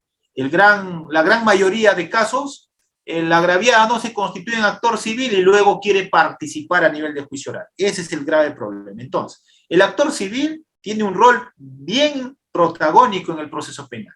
Incluso, por ejemplo, en un sobreseimiento en etapa intermedia puede interponer apelación. En juicio oral, el actor civil, si bien no va a estar enfocado a acreditar la responsabilidad penal, pero sí al tema de la responsabilidad civil. Puede haber, por ejemplo, yo les pongo un ejemplo. Vamos a juicio oral. Imagínense con todos ustedes, tienen ustedes un cliente. Y llegamos a un acuerdo solamente de la pena. El fiscal está de acuerdo en la pena, pero ustedes no están de acuerdo con la reparación civil. Imagínate, 200.000 soles por lesiones culposas está pidiendo. Yo como fiscal digo, estoy de acuerdo que le pongan 2 años de pena suspendida. Y el juez dice, sí, está bien, ¿eh? Entonces acá no hay debate probatorio sobre el tema de la responsabilidad penal. Sobre la responsabilidad civil sí va a haber, ¿correcto? Tendría que generarse un mini juicio solamente para la responsabilidad civil. En este caso en concreto, ¿cuál es el error de la gran mayoría de colegas que van como abogados del actor civil? Se adhiere a los medios de prueba del Ministerio Público. En ese caso en concreto, si ocurriese lo que estoy mencionando, no funcionaría la adhesión. ¿Por qué? Fiscalía ya no va a actuar ningún medio de prueba, pues. Y como no le has ofrecido tu medio de prueba, esa pretensión no va a tener prueba suficiente para establecer una reparación civil. ¿Cuál es la recomendación? Si yo voy a ser actor civil, ofrezco el mismo medio de prueba de la Fiscalía, pero lo ofrezco como documento, como medio de prueba personal o pericial. Esa frase de que yo me adhiero puede llevarte a un mal resultado en juicio oral cuando ocurra esto.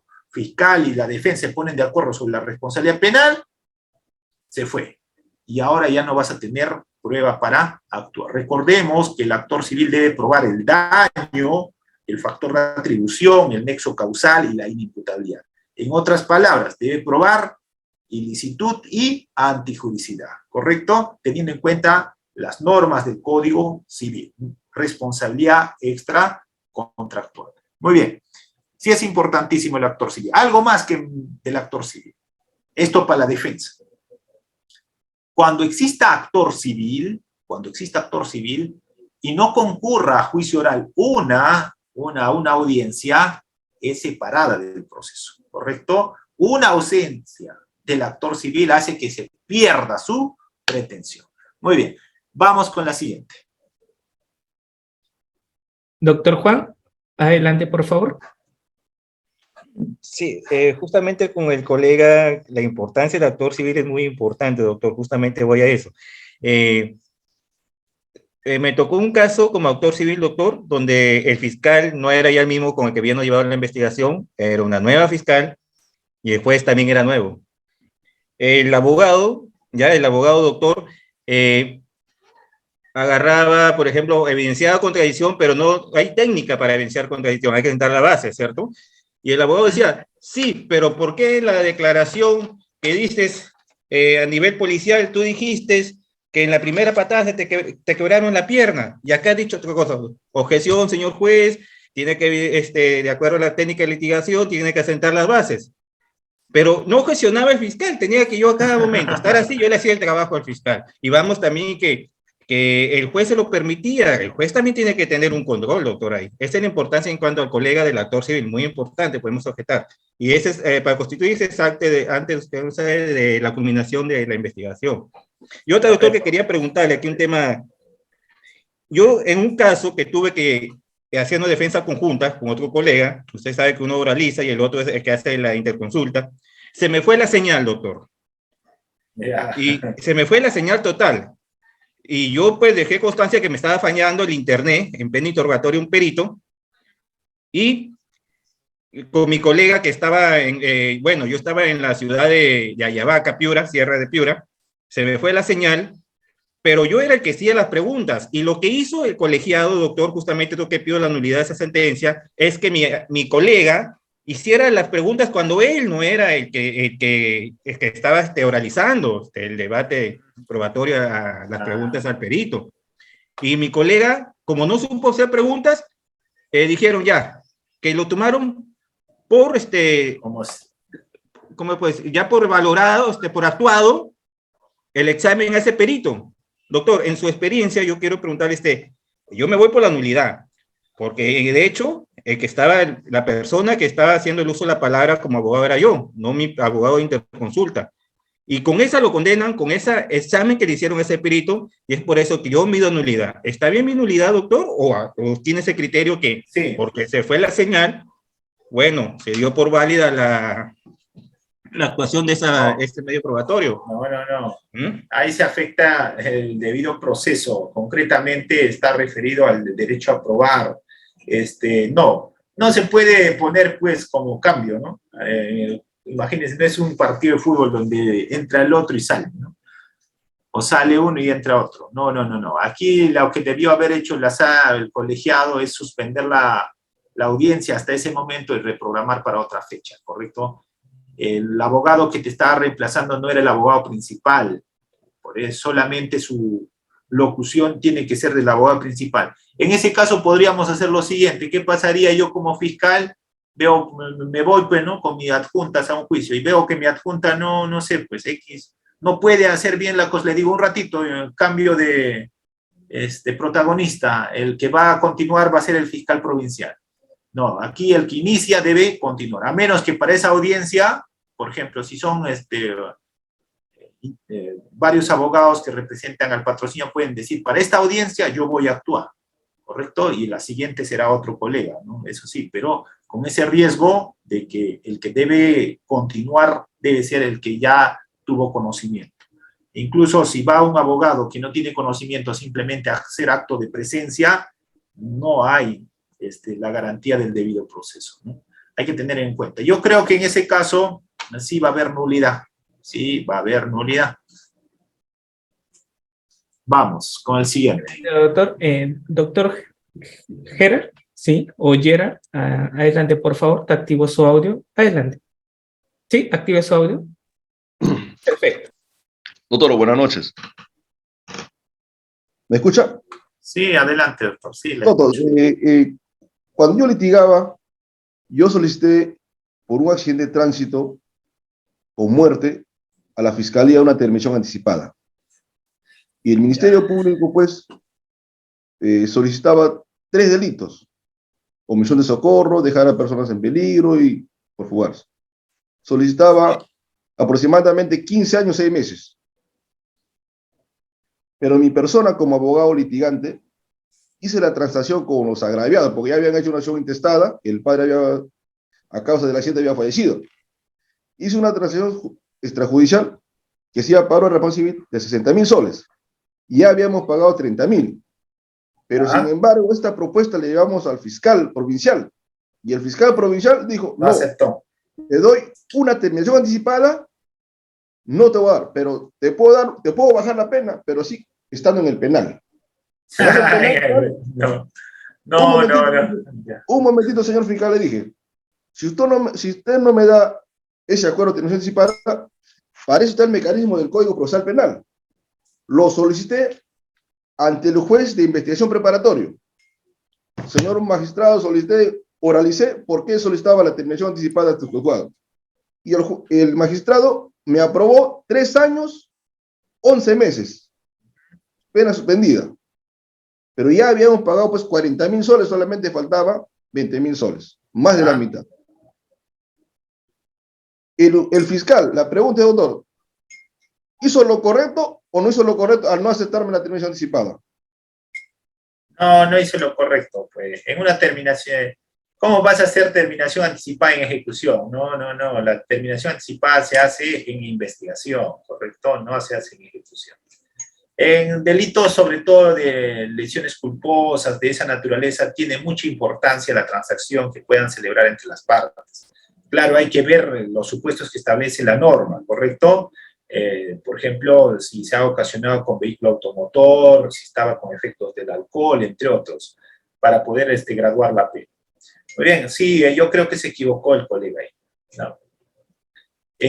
Si va a ser 3 conductas, se habrá supuestamente armado el caso bajo un concurso ideal, ¿no? ¿Y por qué un solo hecho ha conllevado a 3 tipos penales? ¿Cuál es el título de imputación, ¿no? Esa tendría que ser la pregunta a efectuarse. Muy bien. Siguiente. Excelente, doctor. Doctor David, adelante, por favor.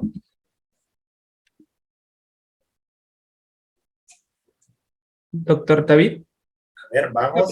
Doctor David, nuevamente, una pregunta, por favor. Sí, le escucho, doctor. Uy, su audio. No, no le escucho bien, doctor, está entrecortada. Sí. Ya, Doctor siguiente. Luis. Doctor Ya. Luis, adelante, por favor. Doctor Chávez, adelante. Uy, también su audio del doctor no lo logró solucionar. Ya, doctor Chávez. No. Ya, siguiente. No tiene- doctor Johnny, adelante, por favor, una pregunta. Doctor Johnny, ya active su audio. Adelante, por favor. Bueno, buenas noches ante todo. Quería hacerle una pregunta al doctor ponente, felicitarlo también por ello. Cuando no se admiten el fiscal en la etapa de investigación preparatoria, ¿no? Los testigos, por ejemplo, las testimoniales, y en los 10 días útiles que ellos otorga el juez de investigación preparatoria, ¿se puede plantear ahí alguna acción de nulidad? Porque este fiscal nunca, pues, a pesar que se le ofreció, ¿no? Los testimoniales, nunca los citó, o sea, practicó los actos de investigación. Y otro es de que en un proceso, por ejemplo, de un delito grave de actos contra el pudor, no se hizo la pericia oficial, ¿no? de la evaluación psicológica del imputado, ¿no? Entonces, y así fue condenado. ¿Cabría una acción de habeas corpus, doctor, ahí, aparte del recurso de casación? Eso, doctorcito, quería. Y le felicito. Ya, muy bien. Hay dos preguntas. Primero, ante el pedido que realiza la defensa, la Fiscalía tiene la obligación de pronunciarse con una disposición, ya sea al lugar el pedido o no al lugar del pedido, pero fundamental. Ante la denegatoria que realice el fiscal a una solicitud de la defensa de un acto de investigación, procede la tutela ante el órgano jurisdiccional. Es decir, yo como abogado, de la denegatoria que me hace el fiscal, voy al juez y le pido para que ordene el juez la realización de ese acto de investigación, etapa de investigación. Segundo, ya mencioné en mi intervención que el aspecto formal del 350 y 349, 350, que está referido a que los 10 días es el plazo para presentar medios de prueba por los sujetos procesales, ese aspecto formal es, de cierto modo, superado por una norma de rango constitucional, como es el derecho a ofrecer medios de prueba, sobre todo del imputado, que lo puede hacer en cualquier etapa del proceso penal. La defensa puede hacerlo en etapa de juicio oral. La clave es no ofrecerlo directamente, como les he dicho, si no el juez va a decir, no tenías conocimiento de la existencia de ese medio de prueba en investigación, sí, ¿y por qué no lo presentaste? Entonces la idea no es presentarlo inmediatamente, sino que un órgano de prueba personal, testigo, perito o documental me introduzca esa información, me dé esa información de su existencia, de su utilidad, y luego, cuando ya va a haber como prueba nueva, ahí voy a pedir. ¿Cómo lo voy a pedir? Lo voy a pedir del siguiente modo. Aquí vino un testigo, dijo que existía ese documento, y ese documento sí existe. Y para el esclarecimiento de los hechos es necesario su admisión y su actuación. Aquí vino el testigo, dijo que no solamente ella estaba en el lugar donde se produjo el delito, sino también había otra persona, dijo María Pérez. Si bien María Pérez no ha declarado a nivel fiscal, pero ya introdujo una información, tendrá que venir María Pérez a declarar a nivel de juicio oral para acreditar o desvirtuar esa imputación que está haciendo fiscal. Muy bien. El tercer punto, no sé qué me decía, de un medio impugnatorio. Ante la denegatoria en etapa intermedia de un medio de prueba no procede un medio impugnatorio, ¿no? En este caso no podría proceder como habeas corpus en ese caso en concreto. Como hablando de habeas corpus, a mí me plantearon, por ejemplo, una acción de amparo ante una disposición de archivo. Justo ayer salió la resolución de la sentencia. No le dieron razón a la abogada que había planteado ese ese proceso constitucional, por ejemplo, respecto a una disposición de archivo que pedí archivando un caso. Muy bien. Siguiente pregunta. Excelente, doctor. Doctor Luis Dongo, muy buenas noches. Por favor, una pregunta. ¿Puede activar su audio? Sí, doctor. Muy buenas noches. Muchas gracias por la conferencia. El caso, doctor, es que terminada la etapa de investigación, a mi patrocinado no se le había citado todavía para que rinde su manifestación. Entonces, al haberse concluido, mi patrocinado acude a la fiscalía a dar su manifestación en el sentido de que él no había realizado unas firmas que se le imputaban. Y el fiscal le tomó una declaración y le dijo que iba a realizarse un peritaje grafotécnico. Luego de culminarse la investigación. Sí. Sin embargo, no se hizo absolutamente nada y pasó a control de acusación. En control de acusación, mi patrocinado presentamos excepciones porque no había cometido él el delito, no había hecho las firmas y se ofreció como medio probatorio el peritaje grafotécnico. De parte. No de parte, sino mi patrocinado en ese momento me dijo de que suponía, bueno, no que suponía, sino que la fiscalía había practicado el peritaje, pero que no lo había expuesto. No, pero acá hay un tema. Ya lo entendí. Su patrocinado fue a la fiscalía a dar las grafías, las firmas, mínimo 6 firmas. ¿No? No, esa pericia no va a pasar. Pues no, hay el audio, doctor, el audio. Ese caso está para ganar a nivel de juicio oral, al perito. Simplemente con el contraexamen, doctor. Ya, doctor, pero no se llegó a hacer el peritaje que tenía mi cliente, entonces, que tenía pensado que le habían hecho a mi cliente. Entonces yo lo que quiero saber es si ahora que ha entrado a juicio oral, puedo ofrecer, que va a entrar a juicio oral, puedo ofrecer de inicio ese peritaje grafotécnico y que vayan a hacer la pericia. No, el juez no va a ordenar realizar la pericia a nivel de juicio oral. No, pero sí la puedo ofrecer. Claro, tú lo puedes ofrecer, pero ya una pericia realizada, que sería pericia de parte. Sí. No, el tema en concreto es en el juicio oral, ¿cómo yo actuaría como abogado? Simplemente este perito le diría, perito, usted, pongamos perito grafotécnico, perito, usted para hacer esta pericia tomó muestras a mi patrocinado, tomó muestras, tomó firmas, le hizo firmar para hacer las comparaciones, ¿sí o no? No. Usted solamente se basó en información documental que existía, ¿cierto? ¿Sí? Y usted como perito sabe de que para hacer la comparación tiene que brindar las grafías el titular de la firma incriminada, ¿cierto? ¿Sí? Listo, eso se cae con un buen contraexamen. La pericia no se puede, grafotécnica sobre todo no tiene valor suficiente cuando es realizada sobre todo sobre fotocopias. Muy bien. Siguiente, a ver, los 3 últimos que quedan, ¿no? A ver cuántos más, ya. Vamos, ¿cómo vamos, Rider? 2 más, doctor. 2 más y cerramos. Ya, 2 más, muy bien. Ya, nos vamos con el doctor. 2 más y nos vamos, como dice. Doctor David Frank, adelante, por favor. Adelante. Doctor David, adelante. Sí, muy buenas noches, doctor. Buenas noches. Más que todo una consulta, me pasó un caso donde en una intervención policial pude verificar que no se siguieron al procedimiento preestablecido. Entonces, en etapa de investigación preparatoria, planteé tutela de derechos y en mi tutela de derechos invoqué pues la casación 591-2015 Huánuco sobre la prueba irregular, ¿sí? Y de que se habían vulnerado ciertos derechos de los intervenidos durante las intervenciones policiales. ¿Ya? Entonces, en tutela de derechos, me señalaron de que ese no era el momento procesal ni la vía idónea para pedir, ¿no?, la exclusión de esos elementos de convicción. Entonces, no te escucho bien. ¿Hasta dónde me escuchó, doctor? Hasta que le planteaste la tutela, más o menos hasta ahí.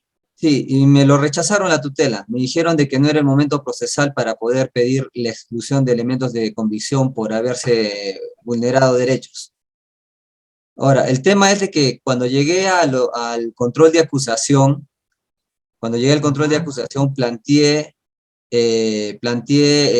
sobreseimiento basado en insuficiencia probatoria por parte de la Fiscalía y volví a plantear de que no se había ceñido la intervención policial en el procedimiento preestablecido, que había habido vulneración de derechos. Y en control de acusación me indicaron de que ese no era el momento procesal para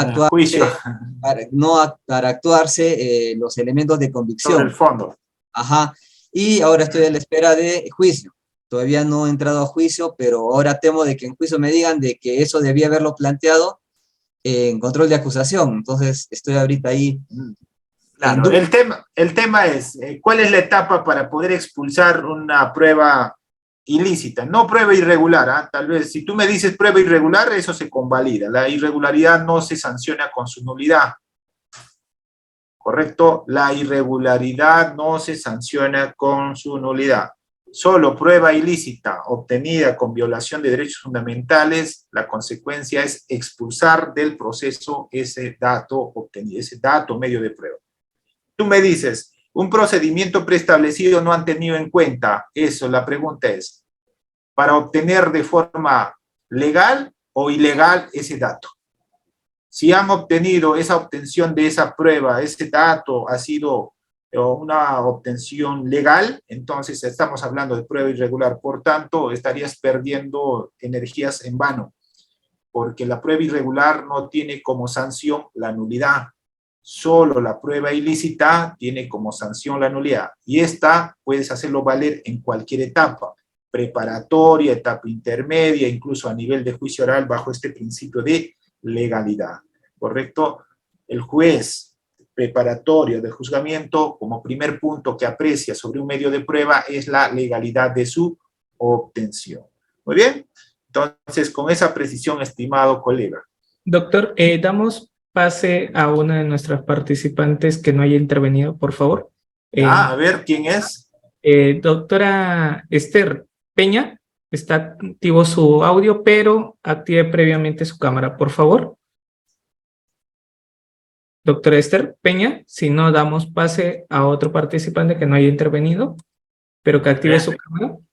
Cámara, a ver, sin cámara ya no vamos a dar micrófono. Entonces, al doctor Fidel, ahí está, doctor Fidel, llegó su oportunidad. Una pregunta, por favor. Buenas noches con todos presentes, buenas noches. Específicamente un tema de violencia familiar, si no va a juicio, en este caso la agraviada, mucho más aún, dos testigos, un testigo referencial y un testigo directo. ¿Cómo va a quedar este juicio, señor? Insuficiente, porque utiliza, por ejemplo, hay dos supuestos, yo siempre les digo a mis colegas, no se fíen en la declaración de la agraviada o de que alguien tiene vínculo de familiaridad o de consanguinidad con el imputado, porque hay una norma, el 165 del Código Procesal Penal. La señora puede ir a juicio y dice, no quiero declarar, no voy a declarar, pero ya rendió testimonio en preliminar, preparatoria. Yo les pregunto, ¿el fiscal puede leer esa declaración? A ver, ¿qué dicen ustedes? Si la señora de violencia familiar a nivel fiscal dijo, sí, mi marido me pegó, me dio puñetazos, patadazos, lo que sea. Y ahora llega a juicio oral, dice, señor juez, no voy a declarar. ¿El juez puede ordenar que se dé lectura a esa declaración que ha brindado en fiscal, a nivel fiscal o policial? No. ¿Cuál es la base legal? 165 del Código Procesal Penal. Dando respuesta al doctor Fidel, si la agraviada no concurre a juicio oral a declarar, va a haber insuficiencia probatoria. Por más que exista certificado médico legal, la pericia psicológica, pero no tiene el órgano de prueba personal que debe dar esa información. El testimonio vertido en preliminar o preparatoria no es prueba, es simplemente dato. Muy bien. Con esa entonces, a ver, Reader, tú dirás. Listo, doctor. Faltando 2 minutos en sí, ya para hacer las 11 de la noche. Doctor, muchísimas gracias por, primero, haber dado oportunidad de aperturar nuestro diplomado en lo que es el nuevo Código Procesal Penal, prueba y litigación oral la cual usted vio en su previo momento, previa organización con nosotros, creo que fue 2 meses antes, para las coordinaciones de la fecha, los temas que se han tratado, y hoy lo cierra usted. Estamos totalmente agradecidos. Ya le informé también sobre el Diplomado de Derecho Penal parte general que viene con Udiápolis, viene asistente de función fiscal, asistente administrativo y jurisdiccional, vienen novedades y claro, siempre agradecido doctor Henry Coronado por ser parte de la familia Udiápolis. Muy bien, muchísimas gracias Udiápolis, sobre todo a todos los participantes. Para mí es un honor estar ante ustedes y si les doy un granito de arena para que puedan a partir de ello mejorar en su labor como abogados, fiscales, estudiantes, yo estaré muy feliz. Muy bien, gracias a todos, bendiciones a todos. Si Dios permite, estaremos en una próxima clase.